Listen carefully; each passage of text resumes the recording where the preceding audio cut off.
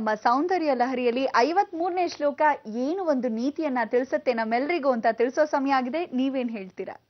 ಎಲ್ಲ ವೀಕ್ಷಕ ಬಾಂಧವರಿಗೆ ಆಗ್ಲೇ ತಿಳಿಸಿದ ಹಾಗೆ ಇವತ್ತಿನ ಸೌಂದರ್ಯ ಲಹರಿ ಹೆಣ್ಣು ಮಕ್ಕಳಿಗೆ ಮೀಸಲು ಅಂತ. ಜಗನ್ಮಾತೆ ಕೃಪಾಕಟಾಕ್ಷದಲ್ಲಿ ಮೊದಲಿಂದ ಏನು ಹೇಳ್ತಾ ಇದ್ದೀನಿ, ನಿಮಗೆಲ್ಲರಿಗೂ ದಿನಗಳ ಪ್ರಾಬ್ಲಮ್ ಇದ್ದರೆ ಅಥವಾ ಯಾವುದೇ ರೀತಿ ಗರ್ಭಕೋಶದ ಪ್ರಾಬ್ಲಮ್ ತೊಂದರೆ ಇದ್ದರೆ, ಇಲ್ಲದರೆ ಕರುಳಿನ ಪ್ರಾಬ್ಲಮ್ ಇದ್ದರೆ, ಸ್ತನ ರೋಗಗಳಿದ್ದ ಪಕ್ಷದಲ್ಲಿ, ಹೆಣ್ಣು ಮಕ್ಕಳ ಅಂಗಗಳ ರೋಗಗಳಿದ್ದ ಪಕ್ಷದಲ್ಲಿ ಇದನ್ನೆಲ್ಲ ಕಾಪಾಡೋಳು ಏಕೈಕ ಜಗನ್ಮಾತೆ.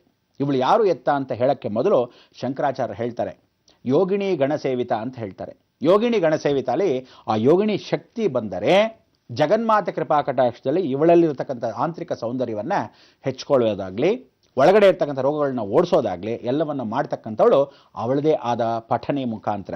ಆ ಪಠನೆ ಏನು ಅಂದರೆ, ಅವಳು ನಿತ್ಯ ಪೂಜೆ ಪುನಸ್ಕಾರ, ಧರ್ಮದಿಂದ, ಯಜಮಾನರಿಗೆ ನಿಷ್ಠೆಯಿಂದ, ಗೌರವದಿಂದ, ಗಾಂಭೀರ್ಯದಿಂದ ಸಂಸ್ಕಾರವಂತರಾಗಿ ಯಾವತ್ತು ಬದುಕ್ತಾಳೆ. ಅದಕ್ಕಿಂತ ಒಂದು ಔಷಧಿ ಜನ್ಮ ಜನ್ಮದಲ್ಲಿ ಇಲ್ವಂತೆ. ಅದಕ್ಕೆ ಯೋಗಿಣಿ ಗಣಸೇವಿತ. ಅಲ್ಲಿ ನೋಡ್ತಾಳಂತೆ ಯೋಗಿಣಿ, ಏನು ಹೇಳ್ತಾಳಂತೆ, ಓಹೋ ಪರವಾಗಿಲ್ಲ ಇಷ್ಟೆಲ್ಲ ಆಚರಿಸೋದ್ರಿಂದ ಇವಳ ಧರ್ಮಿಷ್ಠರಾಗಿದ್ದಾಳೆ, ಅದಕ್ಕೆ ಪದ್ಮಿನಿ ಜಾತಿ ಸ್ತ್ರೀ. ಸರಿ, ಇವಳಿಗೆ ಒಂದು ಕೆಲಸ ಮಾಡ್ತೀನಿ, ಆರೋಗ್ಯ ರಕ್ಷಣಂ ಪಾಹಿಮಿ. ಅದಕ್ಕೆ ಯಾವತ್ತೂ ತಿಳ್ಕೊಳ್ಳಿ, ನಿಮಗೆ ಐಶ್ವರ್ಯ ಇಲ್ಲದೇ ಇದ್ರೂ ಹಾಳಾಗೋಯ್ತು, ಆರೋಗ್ಯ ಬಹಳ ಮುಖ್ಯ. ಆರೋಗ್ಯ ಸಮೇತ ಐಶ್ವರ್ಯ ಅಭಿವೃದ್ಧಿರ್ಥಂ. ಮನೆ ಹೆಣ್ಣು ಮಕ್ಕಳು ಆರೋಗ್ಯವಾಗಿದ್ದರೆ ಮನೆ ಯಜಮಾನರು ತಾನಾಗೇ ಆರೋಗ್ಯವನ್ನು ಪರಿಸ್ಥಿತಿಯನ್ನು ಹೊಂದ್ಕೊತಾ ಹೋಗ್ತಾಳೆ. ಇವಳ ದೈವಶಕ್ತಿ ಇದ್ದರೆ ಅವನಿಗೆ ತಾನಾಗೇ ಆರ್ಥಿಕ ಪರಿಸ್ಥಿತಿ ಅಭಿವೃದ್ಧಿ ಆಗ್ತಾ ಹೋಗುತ್ತೆ. ಸಂತಾನ ರಹಿತರಾಗಿದ್ದವರಿಗೆ ಸಂತಾನ ಅಭಿವೃದ್ಧಿ ಆಗುತ್ತೆ, ಜೀವನ ಸುಖವಾಗಿರುತ್ತೆ. ಅಂತ ಹೆಣ್ಣುಮಕ್ಕಳು ಸಾಕಷ್ಟು ಕಮ್ಮಿ, ಕೈಯಲ್ಲಿ ಎಣಿಸೋ ಅಷ್ಟಾಗಿದ್ದಾರೆ. ಇವತ್ತಿನ ದಿವಸ ಒಳ್ಳೆ ಒಳ್ಳೆ ಹೆಣ್ಮಕ್ಳು ಕೂಡ ಕಾಲಾಯ ತಸ್ಮೇ ನಮಃ ಅಂತ ಕಾಯ್ತಾ ಕೂತ್ಕೊಂಡು ಇಷ್ಟು ದಿವಸನೂ ಕಾದೆ ಮದುವೆ ಆಗಲಿಲ್ಲ ಅಂತ ಹೇಳಿ ಕೆಟ್ಟ ಹಾದಿಗಳನ್ನು ಹಿಡಿದು ಬಿಡ್ತಾರೆ. ಜೀವನಕ್ಕೋಸ್ಕರ, ಹೊಟ್ಟೆ ಪಾಡಿಗೋಸ್ಕರ. ಇದೆಲ್ಲ ಜೀವನ ಬೇಕಾಗಿಲ್ಲ. ಎಣ್ಣೆ ಬಂದ ಕಣ್ಮುಚ್ಕೋಬೇಡಿ, ಜೀವನ ಪರ್ಯಂತ ಅದೇ ಧರ್ಮವಾಗಿ ಇರಬೇಕು ಅನ್ನೋದೇ ಹೆಣ್ಣುಮಕ್ಕಳ ಒಂದು ಜೀವನ ಪರಿಪಾಠ. ಇಂಥ ಒಂದು ಪರಿಪಾಠದಲ್ಲಿ ಧರ್ಮಿಷ್ಠರಾಗಿರಬೇಕು ಅಂದರೆ, ಧರ್ಮ ಪರಿಪಾಲನೆ ಮಾಡಬೇಕಾದ್ರೆ ಹೆಣ್ಣುಮಕ್ಕಳು ಮೊದಲು ನಾರಿಯ ಪ್ರಥಮ ಧರ್ಮ ತಿಳ್ಕೋಬೇಕು. ಯೋಗಿಣಿ ಗಣಸೇವಿತ ಅಂತ ಹೇಳಿ ಶಂಕರಾಚಾರ್ಯ ಹೇಳಿದ್ರು. ಅಂತ ಶಂಕರಾಚಾರ್ಯನ ಸ್ವಾಗತಿಸ್ಕೊಳ್ಳೋಣ. ಇವತ್ತಿನ ದೇವಿ ಹೆಸರು ಏನು ಅಂತ ಹೇಳ್ಕೊಳ್ಳೋಣ. ಬನ್ನಿ ನೋಡೋಣ ಆ ಶಂಕರಾಚಾರ್ಯನ.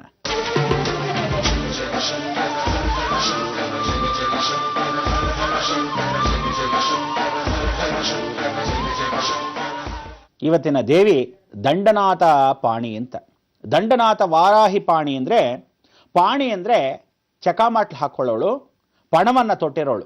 ದಂಡನಾಥ ಅಂದರೆ ಪಾರ್ವತಿ ಪರಮೇಶ್ವರ ಕೃಪಾಕಟಾಕ್ಷವನ್ನು ಏಕಕಾಲಕ್ಕೆ ಹೊಂದಿರೋಳು.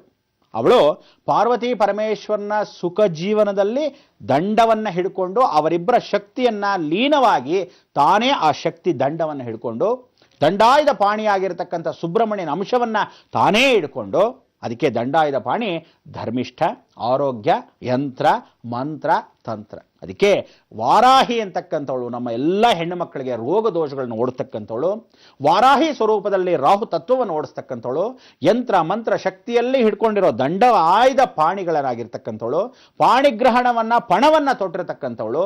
ಇವಳು ಶಿವೈಕ್ಯ ಸ್ವರೂಪಿಣಿ ಅಂತ ಕರಿತೀವಿ. ಅದಕ್ಕೆ ಯೋಗಿಣಿ ಶಕ್ತಿಯಲ್ಲಿ, ಶಿವೈಕ್ಯ ಸ್ವರೂಪಿಣಿಯಲ್ಲಿ ಹೆಣ್ಣು ಮಕ್ಕಳಿಗೆ ಸರ್ವಶಕ್ತಿಯೂ ಇರುತ್ತಂತೆ. ಅದಕ್ಕೆ 7 ಪಟ್ಟು ಸಪ್ತಮಾತ್ರಿಕಾ ಜನ್ಮ ಅಂತ ಕರಿತೀವಿ. ಇವಳಿಗೆ ಈ ದಂಡಪಾಣಿ ಆಗಿರತಕ್ಕಂಥ ದಂಡನಾಥ ವಾರಾಹಿ ದೇವಿ, ದಂಡನಾಥ ವಾರಾಹಿ ದೇವಿ. ಇವಳು ಈ ಶ್ಲೋಕದ ಮುಖಾಂತರ ಏನು ಹೇಳ್ತಾಳೆ ಅಂದರೆ, ಧರ್ಮದಲ್ಲೇ ಧರ್ಮದವರೆಗೂ ಮಾತ್ರ ಕಾಪಾಡಬೇಕು. ದುರ್ಜನ ಸಾವಾಸ ಸಂಘವನ್ನು ಮಾಡಿರ್ತಕ್ಕಂಥವ್ರು, ದುರಾಂಕಾರವನ್ನು ಪಟ್ಟಿರ್ತಕ್ಕಂಥ ಹೆಣ್ಣು ಮಕ್ಕಳನ್ನ ದಂಡಿಸಲೇಬೇಕು. ಆ ಒಳಗಾಗ್ತಕ್ಕಂಥವ್ರು ಹಾಳಾಗೋಗ್ಲಿ, ಯಾವ ಕಾಲಕ್ಕೂ ಧರ್ಮದಿಂದ ಬದುಕಿರೋರಿಗೆ ಎಲ್ಲ ಸುಖ ಜೀವನ ಇರಲಿ ಅಂತ ಹೇಳಿ ನಾನೇ ಆಶಿಸ್ತಾ, ವಿಶೇಷವಾಗಿರ್ತಕ್ಕಂಥ ಈ ದೇವಿ ದಂಡನಾಥ ಪಾಣಿಗ್ರಹವನ್ನು ಹೊತ್ತಿರ್ತಕ್ಕಂಥ, ಪಣವನ್ನು ತೊಟ್ಟಿರ್ತಕ್ಕಂಥ ವಾರಾಹಿ ದೇವಿ. ಬನ್ನಿ ಆ ವಾರಾಹಿ ದೇವಿಯ ಶ್ಲೋಕವನ್ನ ಏನು ಅಂತ ಕೇಳೇ ಬಿಡೋಣ. ಪವಿತ್ರೀಕರ್ತುನಃ ಪಶುಪತಿ ಪರಾಧೀನ ಹೃದಯೇ ದಯಾಮಿತ್ರೈರ್ ನೇತ್ರೈಃ ಅರುಣಧವಲ ಶ್ಯಾಮರುಚಿಭಿಃ ನದಶೃಣೋ ಗಂಗಾ ತಪನತನಯೇತಿ ಧ್ರುವಮಮುಂ ತ್ರಯಾಣಾಂ ತೀರ್ಥಾನಾಂ ಉಪನಯಸಿ ಸಂಭೇದಮನಘಂ.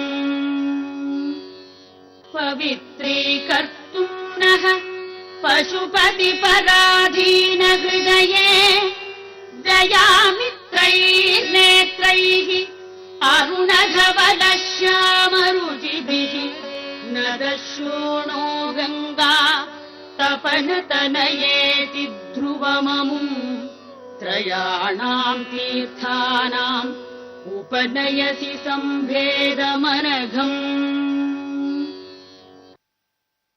ಶೋಣಗಂಗಾ ಅಂದರೆ ಬೆಳಗಿನ ಜಾವದಲ್ಲಿ ಹಿಮ ಬೀಳೋ ಸಮಯಕ್ಕೆ ಆ ಹಿಮದಲ್ಲಿ ಏನು ವಿಶೇಷವಾಗಿ ಎಲ್ಲ ಎಲೆಗಳ ಮೇಲೆ ಗಿಡಗಳ ಮೇಲೆ ಬೀಳುತ್ತೋ ಹೆಣ್ಣು ಮಕ್ಕಳು ಹಾಗೆ ಅವ್ರು ಹೊರಗಡೆ ಬಂದ ತಕ್ಷಣ ಆ ಶೋಣಗಂಗಾ ಅಂತಕ್ಕಂಥವಳು ಭೂಸ್ಪರ್ಶ ಮಾಡೋಕ್ಕೆ ಮೊದಲೇ ಎಲೆಗಳ ಮೇಲೆ ವಾಟರ್ ಡ್ರಾಪ್ಲೆಟ್ಸ್ ಅದೆಲ್ಲ ಹೇಗೆ ಶೇಖರಣೆ ಆಗುತ್ತೋ, ಆ ಹುಲ್ಲುಗಳ ಮೇಲೆ ಹೇಗೆ ನೀರು ಶೇಖರಣೆ ಮಾಡುತ್ತೋ ಅದನ್ನೇ ಶೋಣಗಂಗಾ ಅಂತ ಕರೆಯೋದು. ಭೂ ಸ್ಪರ್ಶವಿಲ್ಲದವಳು ಶೋಣಗಂಗಾ.